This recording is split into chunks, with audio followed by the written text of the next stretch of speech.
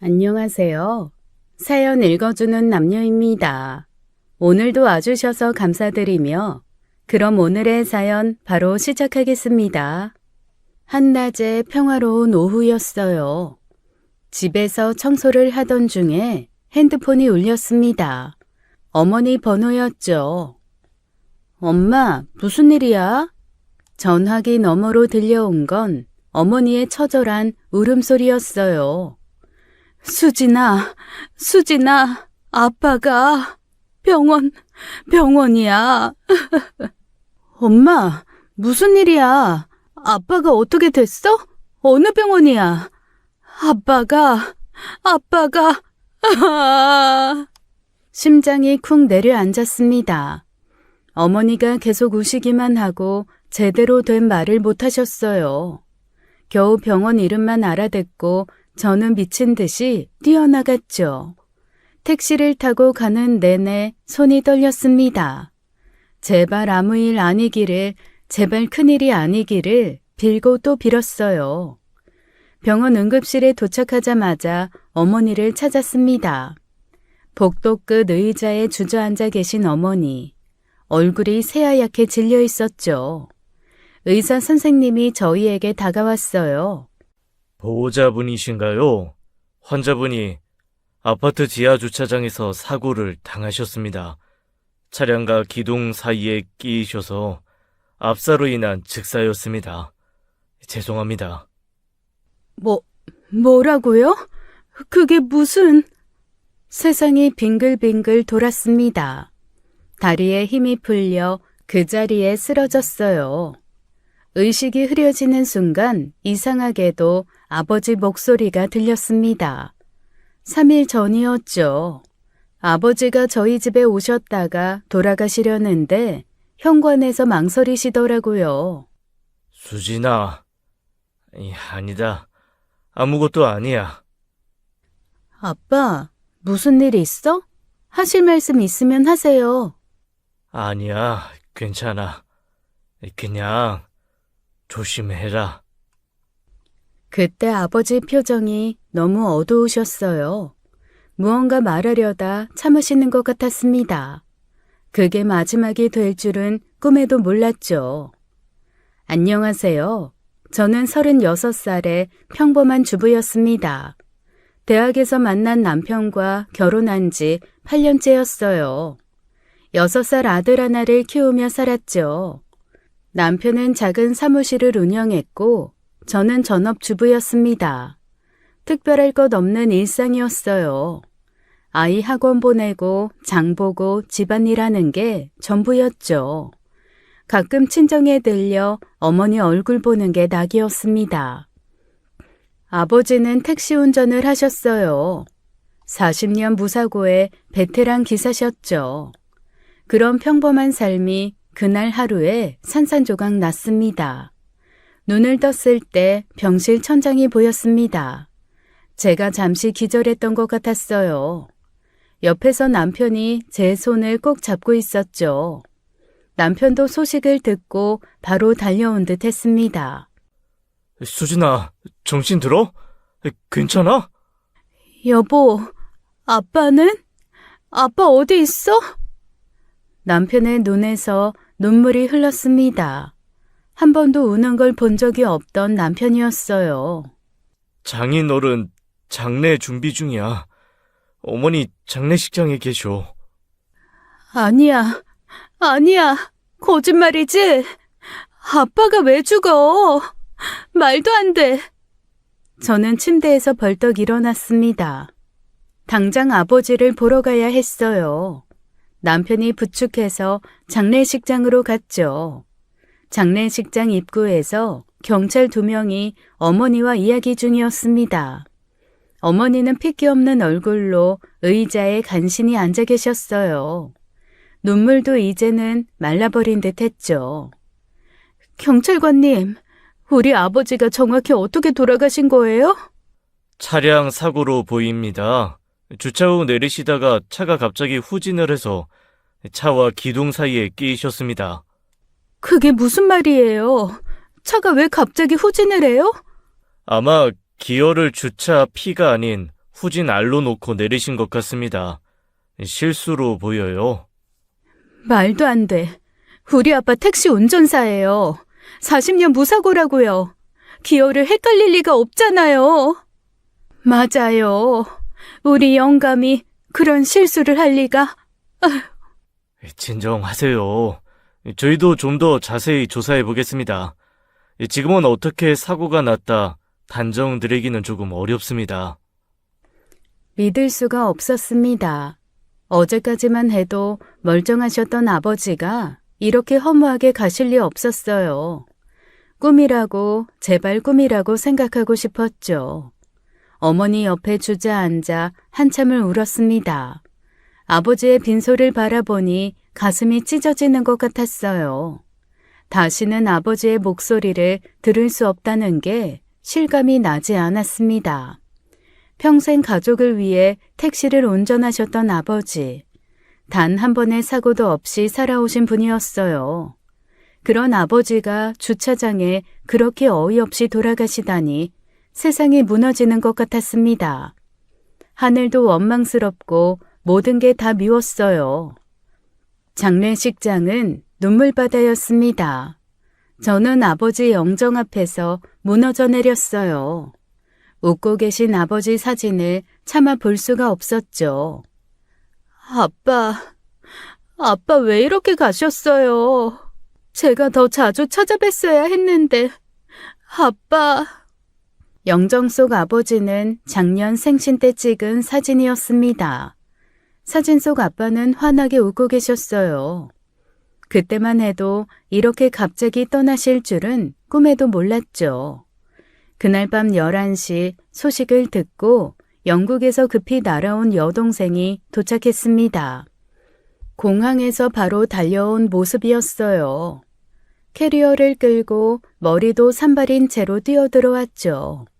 여동생은 빈소에 들어서자마자 그 자리에 쓰러졌습니다. 아빠 안 돼. 이럴 수가. 아빠. 나 다음 달에 한국 오면 나 하고 싶은 거 다 해준다며. 택시 태워서 이곳저곳 같이 여행 다니자며. 근데 이게 뭐야, 아빠.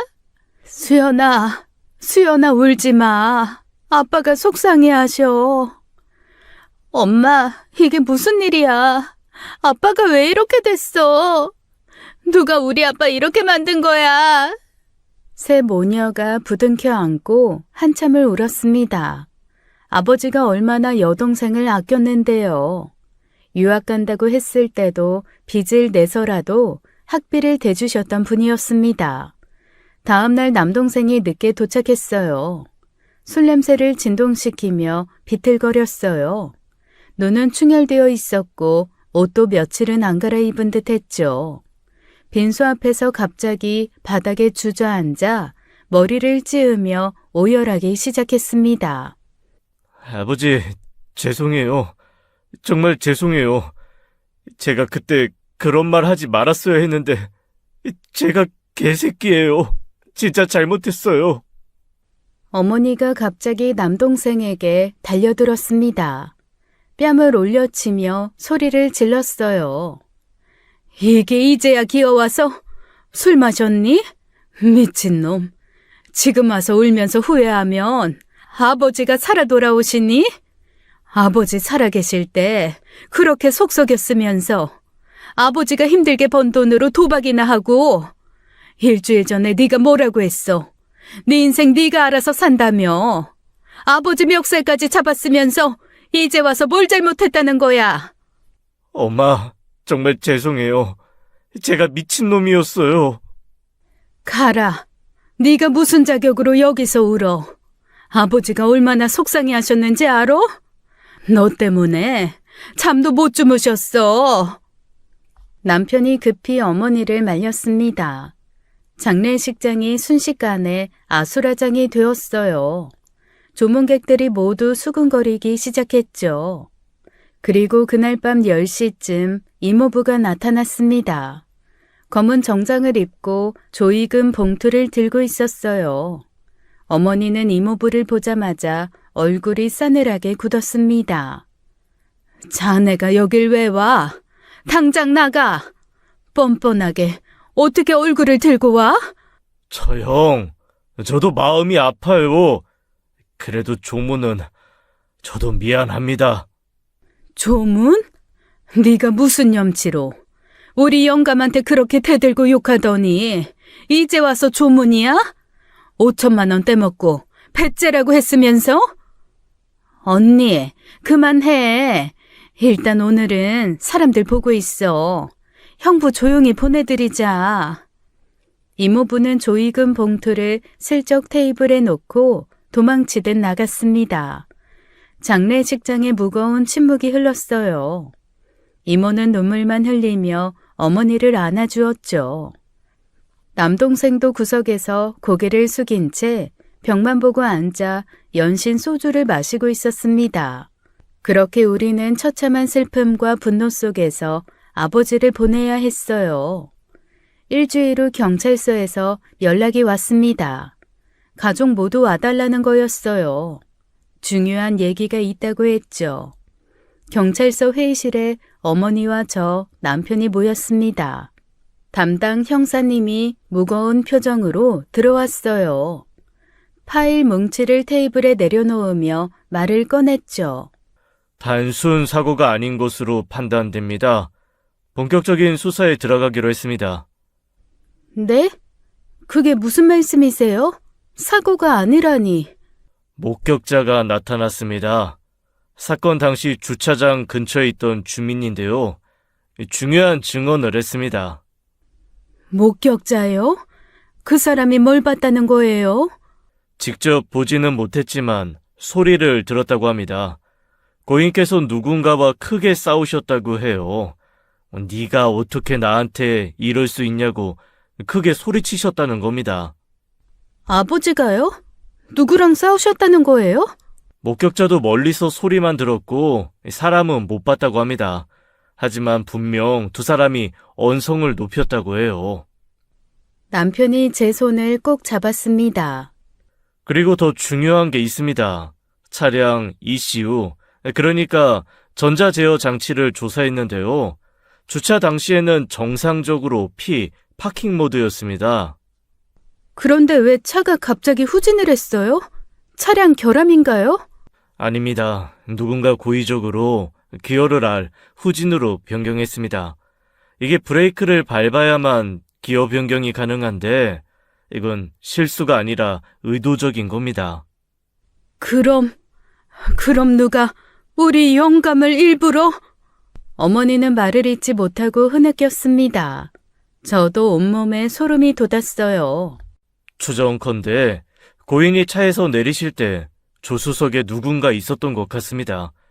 그 사람이 운전석으로 옮겨가서 기어를 후진으로 바꾼 거죠. 블랙박스는요? 블랙박스 확인하면 되잖아요. 메모리 카드가 사라졌습니다. 범인이 가져간 것으로 보이고요. 그럼 CCTV는요? 아파트 주차장 CCTV 확인하셨나요? 불행히도 그 시기에 CCTV 교체 작업 중이었습니다. 일주일간 작동이 중단됐었어요. 범인이 이걸 알고 그때를 노린 것 같습니다. 그럼 범인이 우리 아파트 사정을 잘 아는 사람이라는 거네요? 네, 면식범일 가능성이 높습니다. 다행히 주차장 입구 CCTV는 작동했습니다. 그 시간대 출입 차량 모두 확인 가능해요. 형사님이 서류를 넘기며 말을 이었습니다. 이제부터 고인과 갈등이 있었던 분들, 주변 모든 분들을 참고인 조사하겠습니다. 가족분들도 협조 부탁드립니다. 당연히 협조하겠습니다. 장인 어른 일인데 뭐든 도와드려야죠. 경찰관님, 꼭 범인 잡아주세요. 우리 아버지가 왜 죽어야 했는지 꼭 알아야겠어요. 최선을 다하겠습니다. 일단 가족분들부터 알리바이 확인하겠습니다. 양해 부탁드립니다. 형사님이 서류를 정리하며 말했습니다. 이제부터 본격적인 수사가 시작된다고요. 가족들도 모두 조사를 받아야 한다고 했죠. 회의실에 어머니와 저, 남편이 모였습니다. 가족분들부터 확인하는 건 원칙입니다. 양해 부탁드리고요. 사건 당일 저녁 7시경 각자 어디 계셨습니까? 저는 집에서 아들이랑 있었어요. 아들 친구와 친구 엄마도 함께 저녁 먹고 있었습니다. 8시까지 같이 있었어요. 증인이 있다는 거네요. 연락처 좀 주시겠습니까? 제가 친구 엄마 번호를 알려드리자 형사님이 메모했습니다. 다음은 남편 차례였어요. 저는 개인 사무실에 있었습니다. 늦게까지 일하다가 혼자 술 한잔 했어요. 취해서 그냥 사무실에서 잠들었습니다. 사무실에 CCTV 있습니까? 네, 있습니다. 필요하시면 영상 제출하겠습니다. 제가 들어가서 나오지 않는 게 다 찍혀 있을 겁니다. 어머니 차례가 되었습니다. 어머니는 힘없이 대답하셨어요. 집에서 저녁 준비하고 있었어요. 영감이 택시 끝나고 들어온다고 해서 된장찌개 끓이고 있었는데 전화가 왔어요. 엘리베이터 CCTV 확인했습니다. 어머님이 급하게 나가시는 모습이 찍혔더군요. 모두 확인됐습니다. 형사님이 서류를 넘기며 물었습니다. 최근에 고인과 갈등이 있었던 분이 있습니까? 뭐 돈 문제나 개인적인 원한 같은 거요. 저는 망설였습니다. 가족을 의심하는 건 정말 끔찍한 일이었어요. 하지만 진실을 밝혀야 했죠. 남동생이 일주일 전에 아버지와 크게 싸웠어요. 도박빚 때문에. 제부도요. 한 달 전에 돈 문제로 우리 영감이랑 싸웠어요. 자세히 말씀해 주시겠습니까? 남동생이 불법 도박으로 3천만 원 빚을 졌어요. 아버지가 알고 크게 화내셨죠. 이모부는 5천만 원 빌렸다가 못 갚아서 싸웠고요. 형사님이 고개를 끄덕였습니다. 우선 그 두 사람부터 조사하겠다고 했어요. 저는 마음이 무거웠지만 범인을 찾는 게 먼저였습니다. 다음 날 남동생이 경찰서에 불려왔습니다. 초췌한 얼굴로 들어온 남동생은 고개를 푹 숙이고 있었어요. 형사님이 단도직입적으로 물었죠. 박준호 씨, 사건 당일 저녁 7시경 어디 있었습니까? 남동생이 입을 꾹 다물었습니다. 손을 떨며 시선을 피하기만 했어요. 그냥 저는 어디 있었냐고 묻고 있습니다. 대답해 주세요. 하지만 남동생은 대답을 하지 못했죠. 어머니가 참다 못해 소리쳤습니다. 야, 박준호!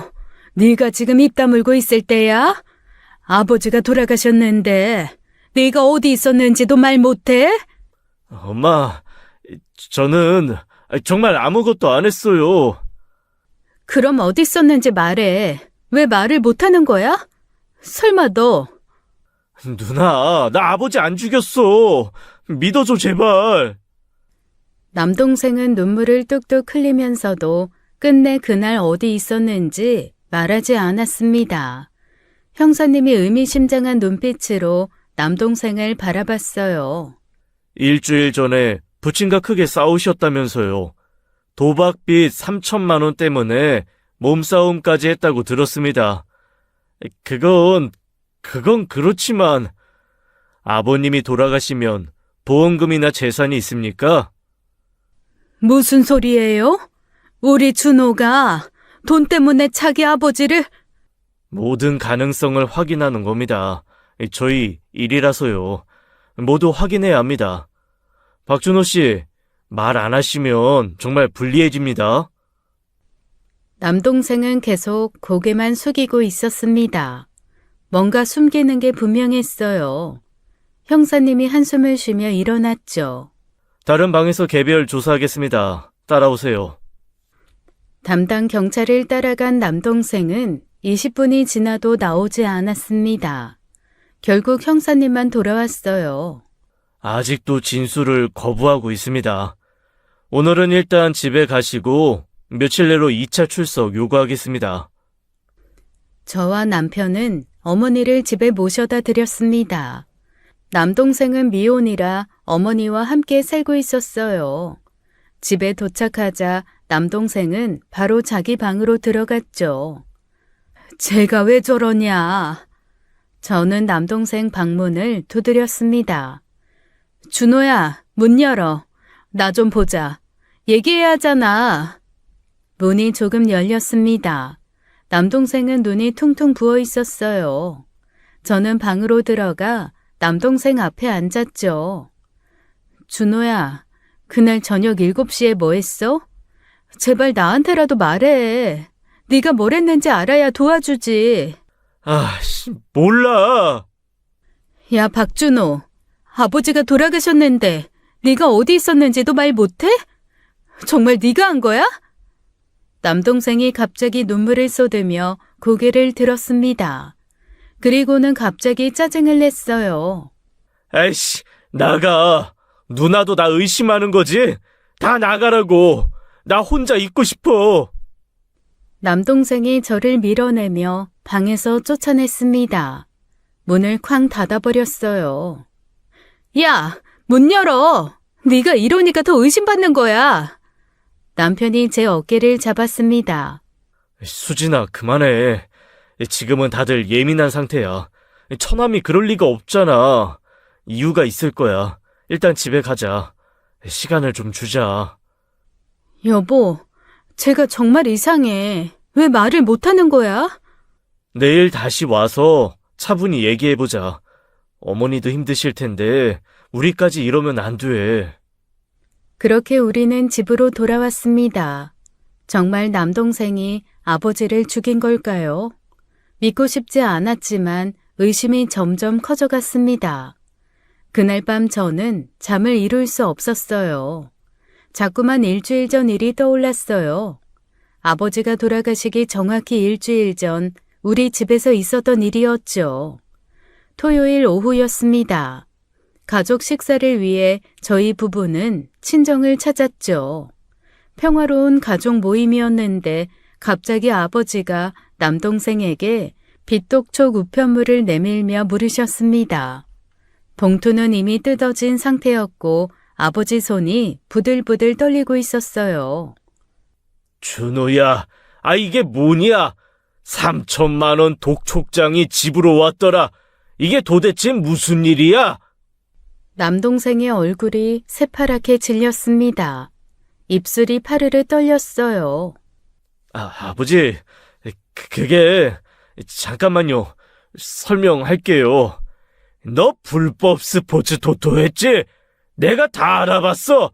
네 친구 성민이한테 들었다. 매일 토토 사이트에 박혀서 돈 다 날렸다며. 뭐? 3천만 원? 준호야, 이게 사실이야? 그 돈이 어떤 돈인데? 대답 안 해? 이 새끼가 끝까지 너 도박 브로커들한테 협박받고 있지?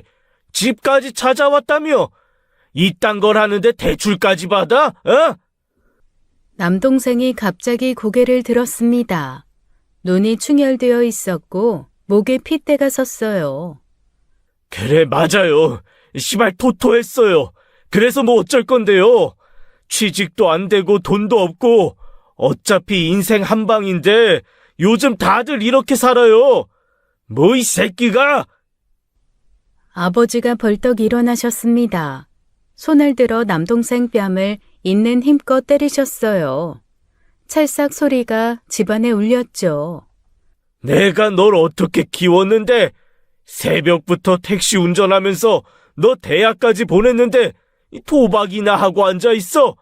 너 3천만 원이 얼마나 큰 돈인 줄 알아? 아빠가 그 돈을 벌려면 제 인생이에요. 제가 알아서 해요. 누가 아빠한테 갚아달래요? 아버지는 평생 가난하게 살았으니까 모르시겠지만 전 그렇게 살기 싫다고요. 뭐라고? 이게 지금 대드는 거야? 이 망할 놈이. 남동생이 벌떡 일어났습니다. 그리고는 믿을 수 없는 일이 벌어졌어요. 남동생이 아버지 멱살을 확 잡은 거예요. 아버지의 옷깃이 구겨지는 소리가 들렸습니다. 아버지도 택시 운전하면서 평생 고생만 하셨잖아요. 왜 나한테만 뭐라고 해요? 나도 그렇게 살라고요? 난 한 방에 인생 역전하고 싶다고요. 아버지처럼 살기 싫어요. 이 미친놈? 이거 정신이 완전 나갔네, 어? 너 진짜 뒤질래? 두 사람이 몸싸움을 시작했습니다. 테이블이 쿵 하고 넘어가고 그릇이 와장창 깨졌어요. 김치가 바닥에 튀고 국물이 사방에 흩어졌죠. 남편이 급히 두 사람 사이로 뛰어들었습니다. 장인어른, 처남, 그만하세요, 제발. 이러시면 안 돼요. 준호야, 너 미쳤어? 아버지한테 뭐 하는 거야? 남동생이 눈물을 뚝뚝 흘리며 소리쳤습니다. 다 싫어. 이 가난한 집구석도 싫고 아버지도 싫어. 왜 나만 갖고 그래요? 나 알아서 살 테니까 다시는 간섭하지 마세요. 남동생이 문을 박차고 나갔습니다. 현관문이 쾅 닫히는 소리에 온 집이 흔들렸어요. 아버지는 가슴을 부여잡고 주저앉으셨습니다. 숨을 헐떡이며 얼굴이 새빨갛게 달아올랐죠. 저놈을, 저 망할 놈을, 내가 저놈을 잘못 키웠구나. 여보, 진정해요. 혈압 오르면 안 돼요. 그게 아버지를 본 마지막이었습니다. 일주일 후 아버지는 주차장에서 돌아가셨어요. 그 싸움이 마지막이 될 줄 누가 알았겠어요. 저는 침대에서 일어났습니다. 설마 남동생이 정말로 그날의 원한을 품고 아버지를... 아니, 그럴 리 없었어요. 아무리 싸웠어도 자기 친아버지를 죽일 리는 없죠. 하지만 의심은 계속 커져만 갔습니다. 며칠 후 경찰에게 연락이 왔어요. 남동생에게 2차 출두 명령이 떨어진 거예요. 사건 시간에 어디에 있었는지 명확하게 말하지 못하는 남동생을 경찰도 수상하게 생각하는 것 같았죠. 아침 일찍 어머니 집으로 갔습니다. 남동생은 거실에서 신발을 신고 있었어요. 눈밑이 시커멓게 멍들어 있었고 며칠은 잠을 못 잔 듯 했죠. 준호야, 오늘 경찰서 가는 거지? 나도 같이 갈게. 혼자 갈 거야. 누나는 오지 마. 안 돼. 네가 변호사도 없이 혼자 가면 어떡해. 내가 같이 가야 돼.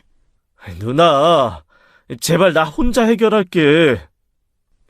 하지만 저는 그냥 둘 수 없었습니다. 남동생이 택시를 타고 가는 걸 뒤따라갔어요. 경찰서 앞에서 남동생을 붙잡았죠. 네가 뭐라고 해도 따라 들어갈 거야. 내가 네 누난데 어떻게 가만히 있어? 남동생은 한숨을 쉬며 고개를 떨구었습니다. 결국 저와 함께 경찰서로 들어갔어요. 조사실 앞에서 기다리는 제 마음은 천근만근이었습니다. 경찰서 조사실에서 형사님이 남동생을 압박했어요. 이번엔 2명의 형사가 함께 들어왔어요. 분위기가 전보다 훨씬 무거웠죠. 박준호 씨, 마지막 기회입니다. 사건 당시 어디 있었는지 말씀하세요.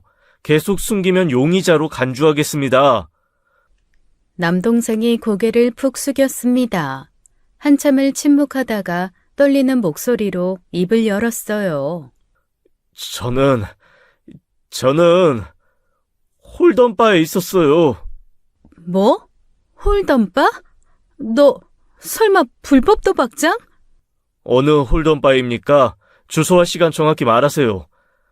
강남역 뒷골목 지하 2층 홀덤바요. 오후 6시서부터 밤 11시까지 있었어요. 저는 참을 수가 없었습니다. 벌떡 일어나 남동생에게 달려들었어요. 야, 너 미쳤어? 고작 일주일 전에 아버지랑 도박 때문에 그렇게 싸워놓고 아버지 돌아가신 그날 도박을 하러 갔어? 이 미친놈아! 누나, 미안해. 정말 미안해. 미안해?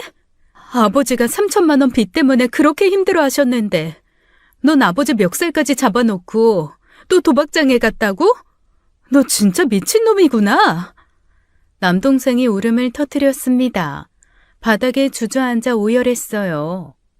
알아, 내가 쓰레기인 거. 근데 그날 그날 꼭 따야 했어. 빚쟁이들이 집까지 찾아왔다고, 나 죽여버린다고 협박했다고. 그 홀덤바에서 박준호 씨를 본 사람이 있습니까? 딜러랑 같이 친 사람들 CCTV도 있을 거예요. 확인해 보세요. 경찰이 남동생을 데리고 나갔습니다. 알리바이를 확인하러 간다고 했어요. 저는 복도에서 기다렸죠. 1시간쯤 지났을까요? 형사님이 돌아왔습니다. 확인했습니다. 남동생 분은 정말 그 시간에 홀덤바에 있었어요. CCTV에도 찍혔고 증인들도 있습니다. 그럼 준호는 아니란 거네요? 네, 용의선상에서 제외됩니다. 대신 불법 도박건은 따로 처리될 겁니다. 남동생이 고개를 숙인 채 나왔습니다. 저는 복잡한 심정이었어요. 동생이 범인이 아니라서 다행이면서도 아버지 돌아가신 날 도박했다는 게 너무 화가 났죠. 그런데 박수진 씨, 현재 저희가 김태수 씨도 조사 중입니다. 아버님 핸드폰에서 이상한 문자를 발견했거든요. 김태수, 이모부요? 무슨 문자요? 김태수 씨가 고인이신 아버님을 협박한 문자입니다. 차로 밀어버려 죽이겠다는 내용이었어요. 저는 충격을 받았습니다.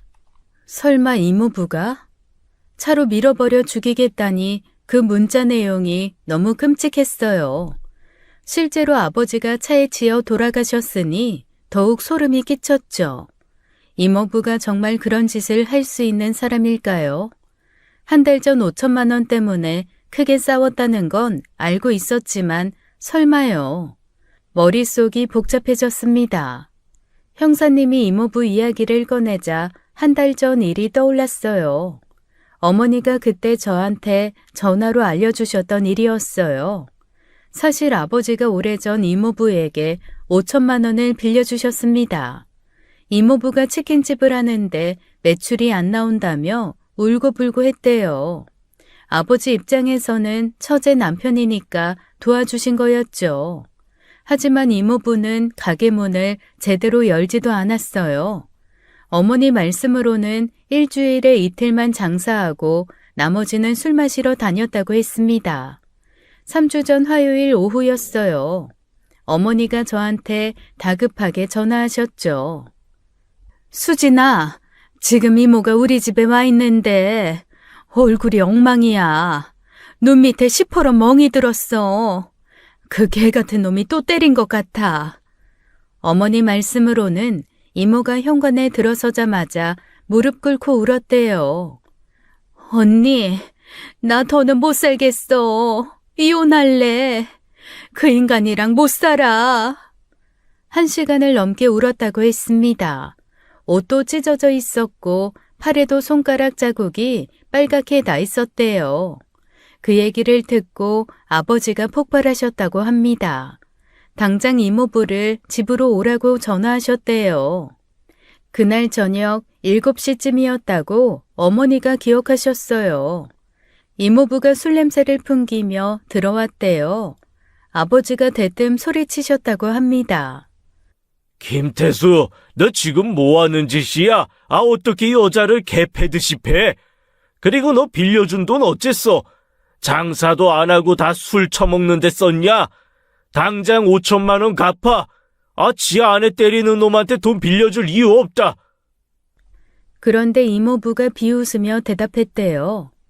형님, 그 돈 벌써 다 날렸습니다. 한 푼도 안 남았어요. 제 배를 째시든 경찰에 신고하시든지 마음대로 하세요. 이 쓰레기 같은 놈, 너 같은 인간은 처제 인생에서 당장 사라져야 해. 이혼해.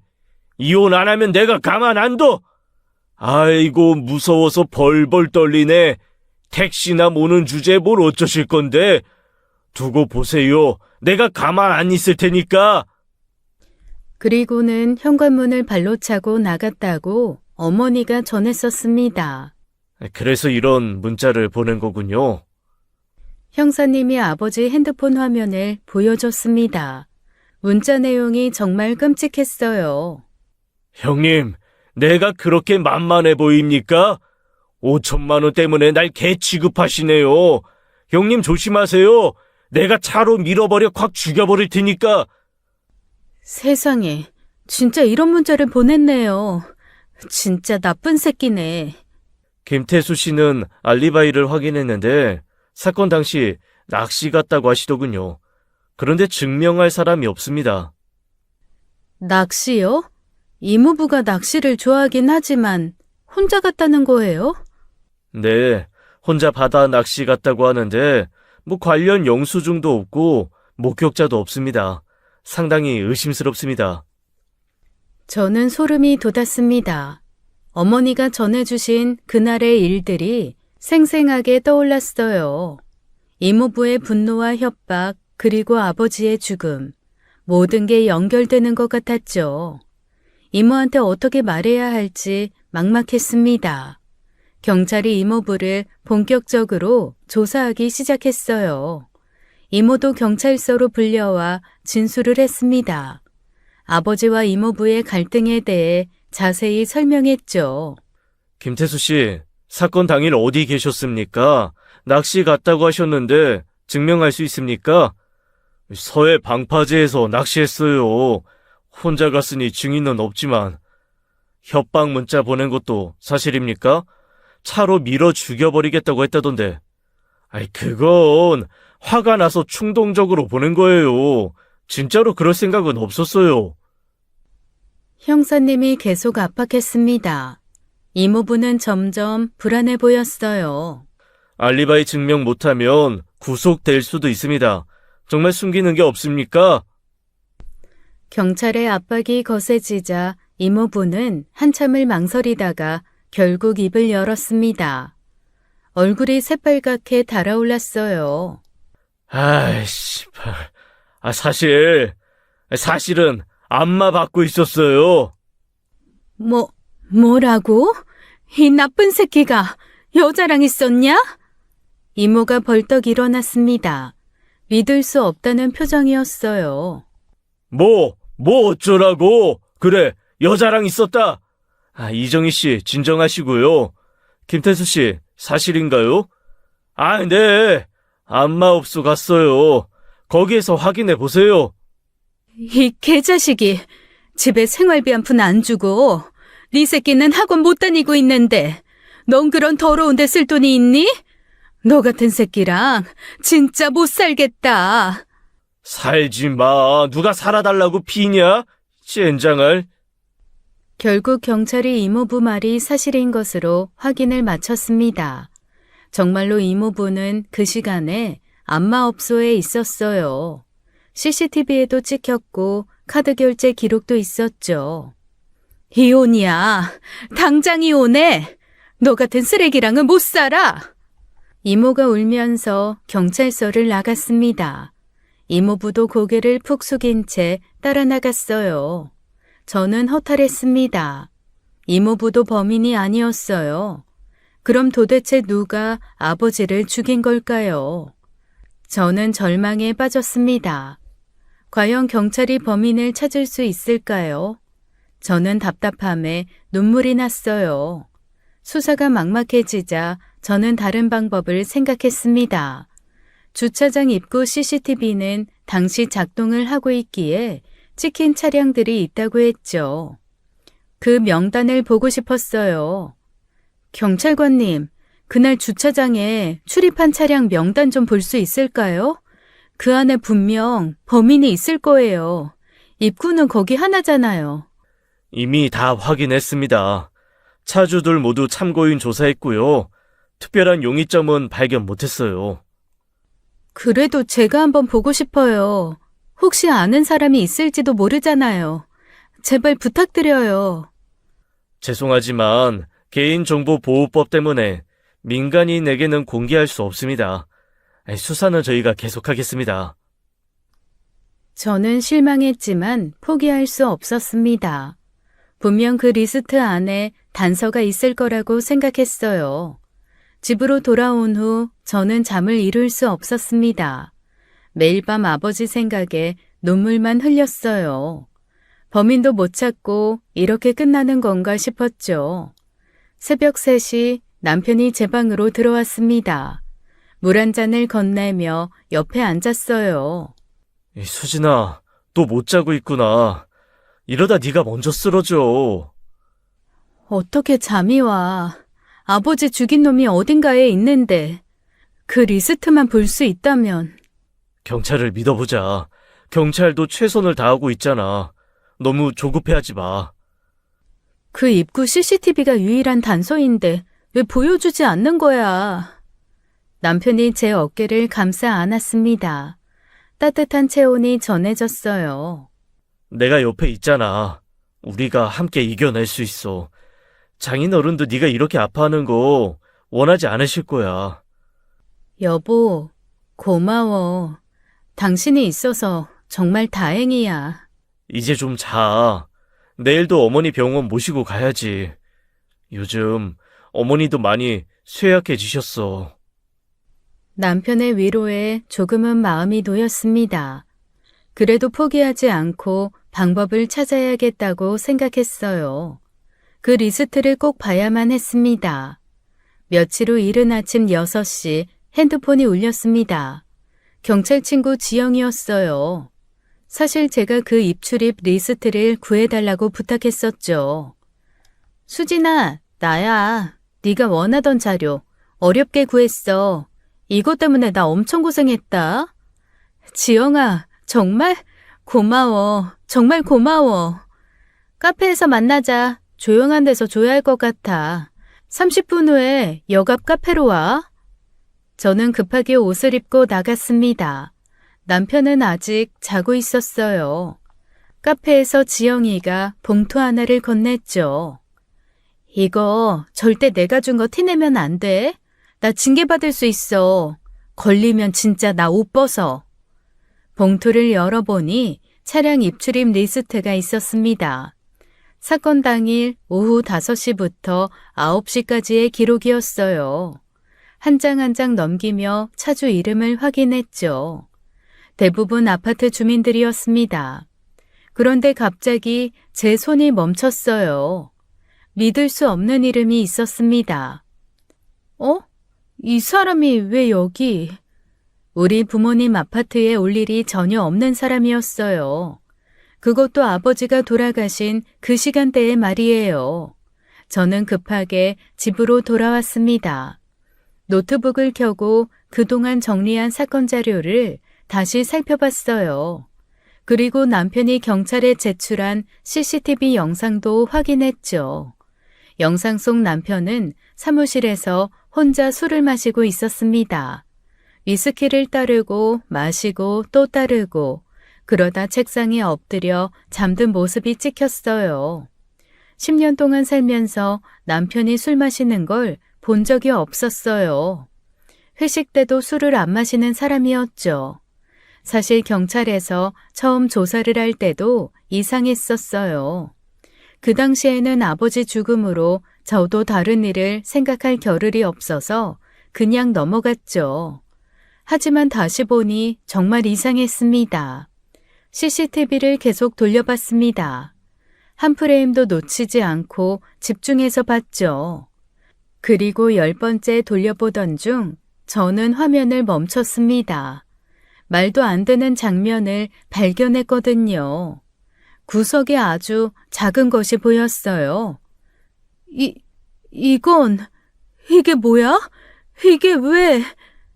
제 심장이 쿵쾅거리기 시작했습니다.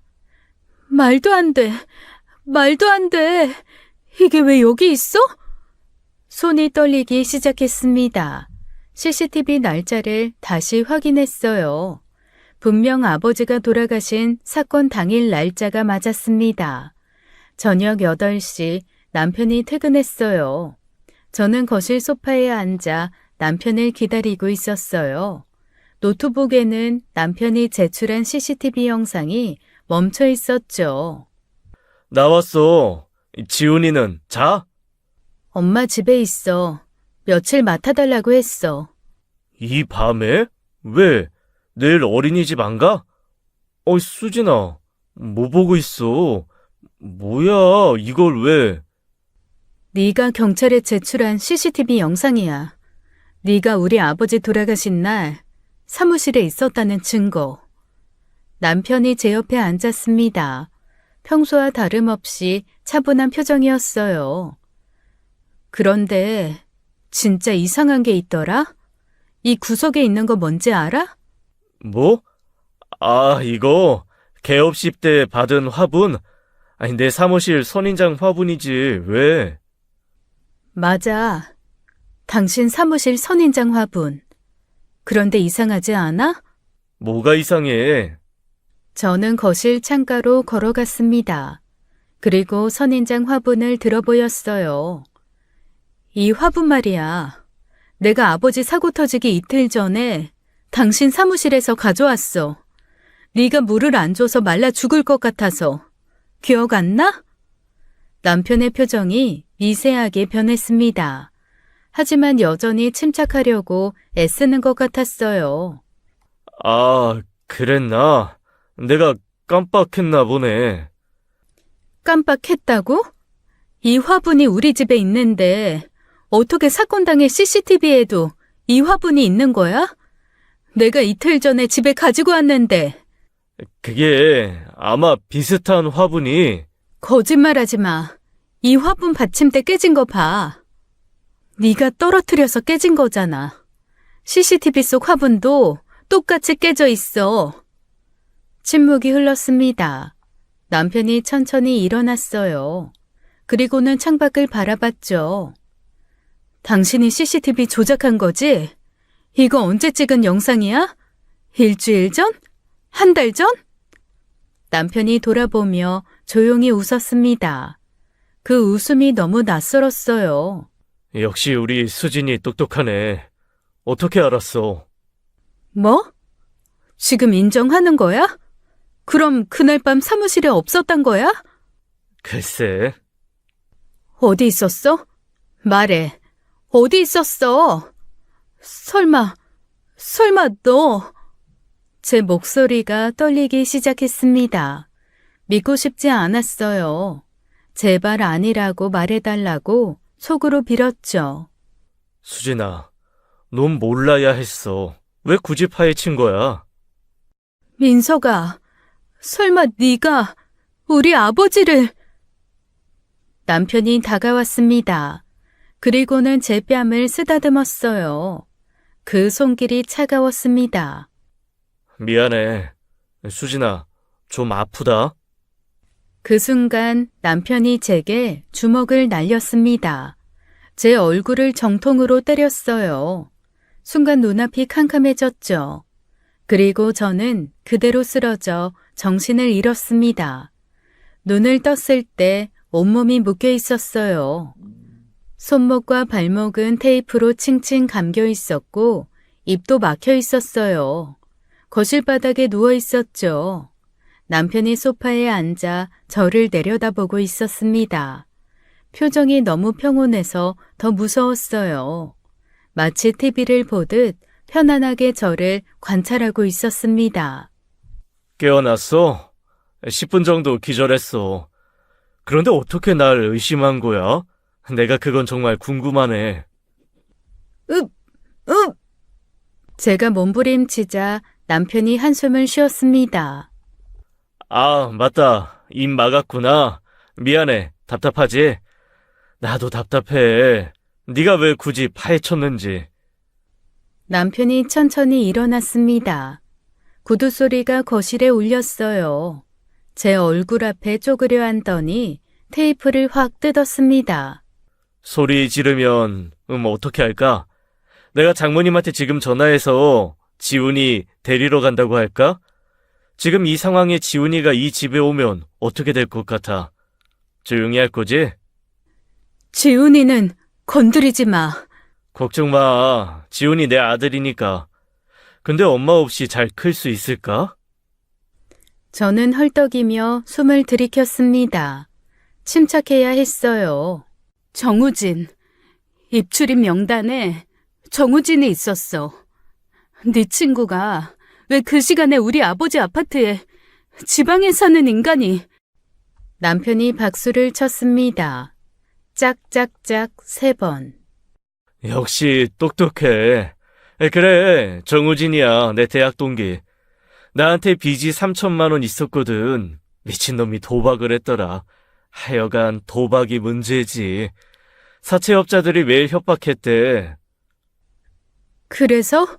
그래서? 뭐 내가 제안했지. 3천만 원 갚아줄 테니 간단한 일 하나만 도와달라고. 뭘 시킨 거야? 남편이 웃었습니다. 입꼬리만 올라간 그 웃음이 섬뜩했어요. 별거 아니야. 주차장에서 내가 신호하면 나 데리고 나가라고. 경찰한테는 입 닥치고 있으라고. 제 온몸에 소름이 돋았습니다. 그럼 역시 당신이... 남편이 제 핸드폰을 꺼냈습니다. 잠금 해제를 하더니 메모장을 열었어요. 이제 네 차례야. 유서는 남겨야지. 어떻게 적을까? 아버지 죽음이 너무 슬퍼서 더 이상 살 수 없습니다. 뭐 이 정도면 적당하겠지? 야, 시작이 좋네. 미친놈. 왜 우리 아버지가 너한테 얼마나 잘해줬는데. 남편이 핸드폰을 내려놓았습니다. 그리고는 제 옆에 누웠어요. 천장을 보며 말했죠. 알아. 장인어른이 날 아들처럼 아낀다고 했어. 회사 힘들 때도 도와주셨고 명절마다 용돈도 주셨지. 그래서 나도 장인이 좋았어. 진짜 우리 아버지 같았거든. 그런데 왜? 그래서 아버지한테 말하는 것처럼 내가 진짜 아들처럼 편하게 한 가지 부탁을 했는데 그 미친 노인네가 완전히 돌변하더라. 저는 숨을 죽였습니다. 무슨 부탁? 수연이, 네 여동생, 내 처제. 수연이 결혼식 날 처음 봤어. 남편이 몸을 돌려 저를 봤습니다. 눈빛이 이상했어요. 까만 정장을 입고 하객들에게 인사하는데 내 심장이 멈추는 줄 알았어. 처음 느낀 감정이었거든. 뭐? 그래서 장인 어른께 말씀드렸지. 아들처럼 편하게. 수진이랑 이혼하고 뭐 수연이랑 재혼하고 싶다고. 합리적인 제안 아니야? 어차피 가족이니까. 난 장인도 계속 내 아버지처럼 모시고 싶었거든. 저는 믿을 수 없었습니다. 이런 미친 생각을 하다니요. 미친놈. 뭐라고? 그게 합리적이니? 미친 새끼야. 하하, 이야, 그 애비의 그 딸인가? 똑같이 말하네. 장인어른이 뭐라고 했는지 알아? 남편이 갑자기 소리를 질렀습니다. 이 미친놈 당장 꺼줘. 다시는 우리 집에 발도 들이지 마. 그러더라. 내 얼굴에 침까지 뱉었어. 난 아들처럼 생각한다며 어떤 아버지가 아들한테 저래. 거짓말이었던 거지. 남편이 다시 조용해졌습니다. 무표정한 얼굴로 말을 이었어요. 그때 결정했어. 장인 어른은 없어져야 한다고. 그것 때문에? 그런 말도 안 되는 이유로? 설마 그것 때문에 내가 장인을 죽였겠어? 그럼 왜 죽였어? 수연이 보고 싶어서. 뭐? 아이씨, 그렇게 보고 싶은데 수연이는 영국에 있잖아. 1년에 한 번 볼까 말까 한데 참. 하지만 자기 아버지 죽으면 그럼 올 거 아니야. 자기 아빠 장례식에 예쁜 까만 정장 입고, 안 그래? 그래서 그랬지. 저는 온몸에 소름이 돋았습니다. 진짜 제대로 미친놈이었어요. 그러니까 제 아버지를 죽인 이유가 장례식장에 오는 제 동생을 보기 위함이었어요. 남편이 일어났습니다. 서랍에서 밧줄을 꺼냈어요. 실제로 왔잖아. 검은 상복이 진짜 잘 어울리더라. 걘 검은 옷이 잘 어울려.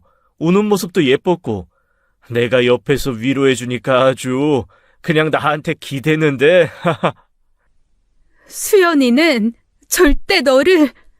시간이 약이야.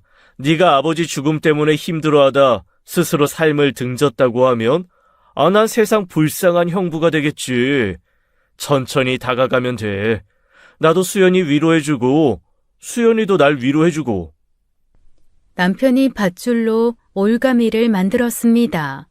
능숙한 솜씨였어요. 높이가 적당한가?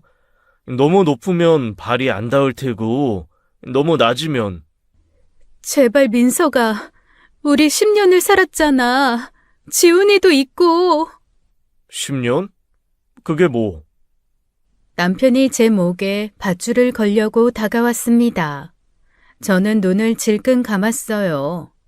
정말 마지막 순간 같았죠. 그때 초인종 소리와 함께 누군가 문을 세게 두드리기 시작했습니다. 초인종 소리에 남편이 멈췄어요. 밧줄을 든 채로 현관 쪽을 바라봤죠. 아이씨. 남편이 급하게 제 입에 다시 테이프를 붙이려 했습니다. 저는 온 힘을 다해 외쳤어요. 2580! 비밀번호 2580! 그 즉시 누군가 집 비밀번호를 눌렀습니다. 그리고 문이 벌컥 열렸어요. 형사 4명이 우르르 들어왔죠. 그 중에는 제 경찰 친구 지영이도 있었습니다. 최민석, 거기 멈춰! 손 들어! 다 끝났어! 남편이 밧줄을 들고 저항했습니다. 하지만 이미 늦었어요. 형사들이 순식간에 남편을 제압했죠. 이건 부부싸움이야. 나가! 다 나가라고! 형사들이 남편을 바닥에 쓰러뜨리고 팔을 꺾었어요. 최민석 씨, 당신을 박상철 씨 해친 혐의로 체포합니다. 당신은 변호사를 선임할 수 있고, 아이씨, 놔, 이 새끼들아! 지영이가 달려와 제 몸을 묶은 테이프를 잘랐습니다. 손목과 발목이 풀리자 그대로 주저앉았어요. 수진아, 괜찮아? 다친 데 없어? 지영아, 고마워. 정말 고마워. 나 살았어. 정말 살았어. 저는 그제야 눈물을 쏟았습니다. 살았다는 안도감에 온몸이 떨렸어요. 남편이 수갑을 찬 채로 소리쳤습니다. 박수진, 네가 날 함정에 빠뜨린 거야? 이게 네 계획이었지? 지영이가 저를 부축하며 말했어요. 수진이가 낮에 나한테 연락했어. 당신이 수상하다고. 영상통화 켜놓고 가만히 듣고 있으라고. 사실이었습니다. 제가 남편에게 화분 얘기를 꺼내기 전 저는 낮에 2번째 핸드폰을 개통했어요. 그리고 그 2번째 핸드폰을 거실 서랍에 숨겨놓고 지영이에게 영상통화를 걸어둔 거였죠. 인연이 감히? 입 다물어! 한마디만 더 하면 모욕죄 추가다? 형사 한 명이 제게 다가왔습니다. 박수진 씨, 정말 용감하셨어요. 덕분에 완벽한 자백을 받았습니다. 이제 안심하세요. 남편이 끌려가면서도 저를 노려봤어요. 그 눈빛이 섬뜩했어요. 수진아, 기억해. 난 네 남편이야. 10년을 함께 산. 닥쳐. 김영사 끌고 가. 형사들이 남편을 밖으로 끌어냈습니다. 현관문이 쾅 닫혔어요. 저는 바닥에 주저앉아 울음을 터뜨렸습니다. 아버지, 이제 잡았어요. 그 나쁜 새끼 잡았어요. 수진아, 정말 잘했어. 너 정말 대단해. 아버님도 하늘에서 기뻐하실 거야. 창밖으로 경찰차 사이렌 소리가 들렸습니다. 남편을 태운 차가 떠나는 소리였어요. 10년간 제 곁에 있던 악마가 드디어 사라진 거였습니다. 저는 주저앉아 한참을 울었어요.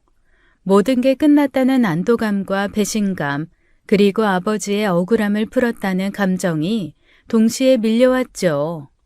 남편은 결국 20년형을 선고받았습니다. 아버지를 해친 죄와 저를 해치려고 한 죄로요. 재판 내내 남편은 반성의 기미를 보이지 않았어요. 법정에선 남편을 보며 저는 아무 감정도 느끼지 못했습니다. 10년간 함께 살았던 사람이 맞나 싶을 정도로 낯설었어요. 아니, 어쩌면 처음부터 전 남편을 몰랐던 거였죠. 재판 과정에서 충격적인 사실이 또 밝혀졌습니다. 범죄 프로파일러가 남편을 면담한 후 내린 진단은 사이코패스였어요. 높은 수준의 반사회적 인격장애를 가지고 있다고 했죠. 시부모님이 저를 찾아왔습니다. 눈물을 흘리며 무릎까지 꿇으셨어요. 사실 남편이 어릴 때부터 이상한 행동을 보였다고 고백하셨죠. 동물을 학대하고 친구들을 조종하고 거짓말을 밥 먹듯이 했다고요. 그래서 정신과 치료도 받게 했는데 성인이 되면서 괜찮아진 줄 알았다고 하셨습니다. 저희 결혼할 때도 걱정했지만 남편이 변한 것 같아서 안심했다고요. 저는 시부모님을 용서할 수가 없었습니다. 알면서도 숨긴 거나 다름없었으니까요. 아들 지훈이를 생각해서라도 연을 끊기로 했죠.